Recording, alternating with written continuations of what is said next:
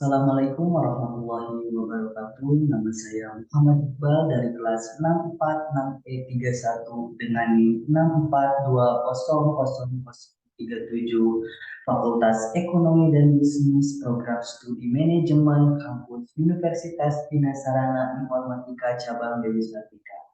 Di sini saya akan menguji analisis, regresi, dan korelasi berganda menggunakan aplikasi SPSS.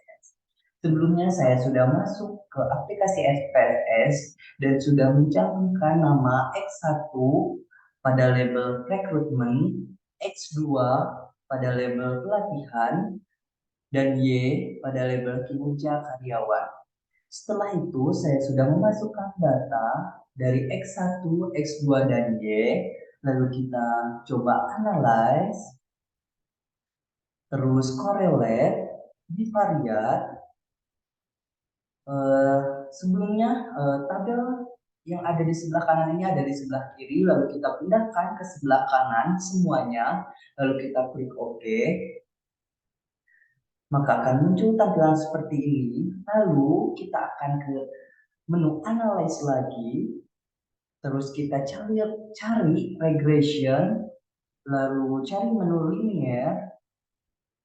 Nah, di sini kalian harus memindahkan variabel Y ke dependent dan variabel X1 dan X2 ke independent.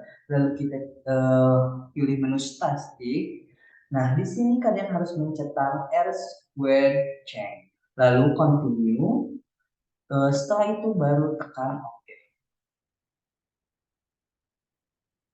Maka akan muncul hasilnya adalah seperti ini.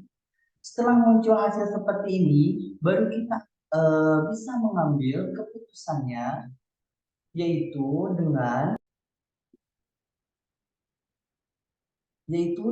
diperoleh koefisien korelasi linear R pada tabel korelasi, yaitu rekrutmen X1 dan kinerja karyawan Y sebesar 0,865, yaitu dari menu rekrutmen dari sini, dan ini kinerja karyawan, jadi nilainya kita ambil dari sini dengan nilai SIG sebesar 0,000, yaitu dari sini. Sedangkan pelatihan X2 dan kinerja karyawan Y sebesar 0,874 dengan nilai SIG sebesar 0,000, yaitu dari tabel pelatihan dan kinerja karyawan.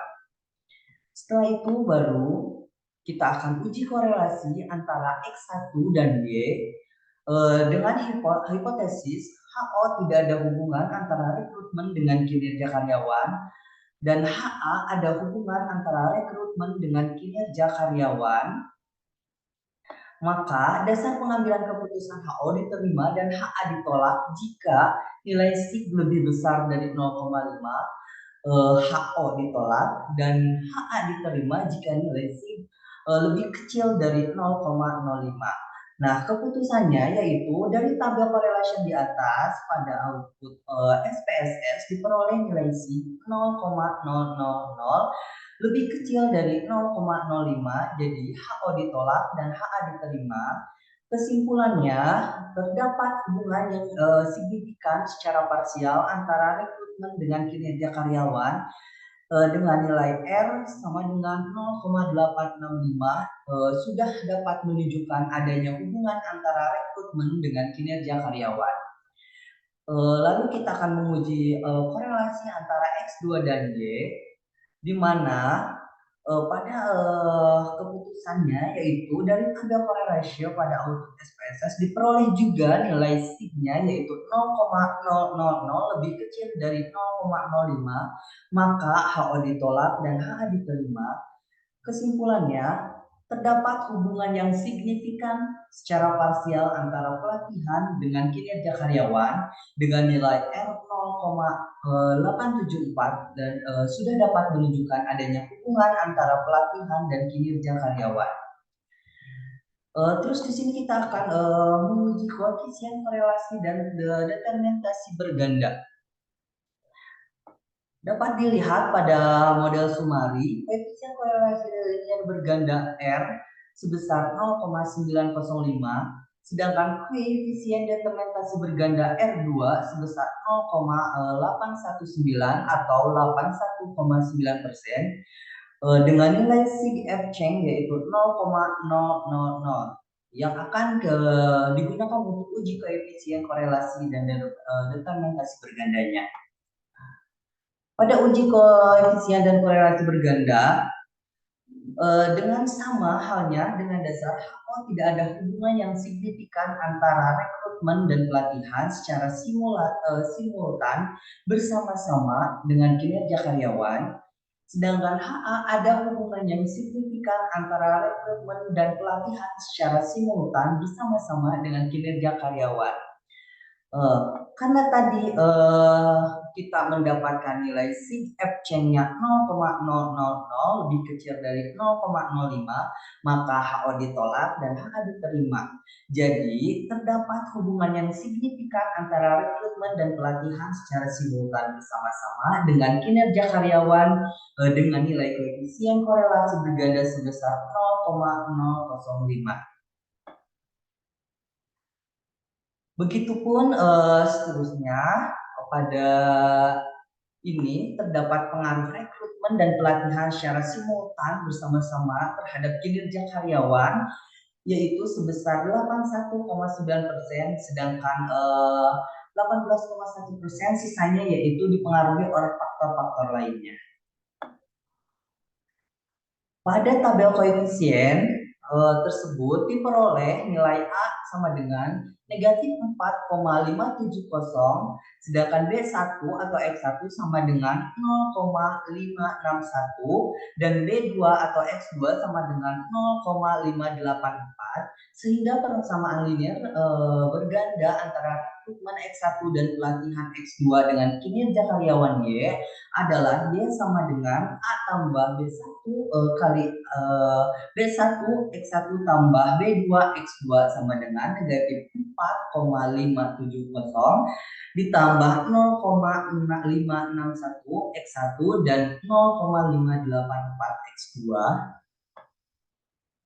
Maka analisis konstannya negatif 4570 menyatakan jika tidak ada rekrutmen X1 dan pelatihan X2 maka kinerja karyawan akan sebesar negatif 4,570%. Koefisien regresi X1 sama dengan 0,561 menyatakan jika rekrutmen X1 bertambah satuannya 1%, sedangkan pelatihan X2 tetap, maka akan meningkat kinerja karyawan sebesar 56,1%. Sedangkan koefisien regresi X2 dengan nilai 0,584 menyatakan jika pelatihan X2 bertambah 1%, sedangkan rekrutmen X1 tetap, maka akan meningkat juga kinerja karyawannya yaitu sebesar 58,4%. Dengan catatan X1 meningkat Y karena koefisien regresi X1 positif, X2 meningkat Y karena koefisien regresi X2 juga positif.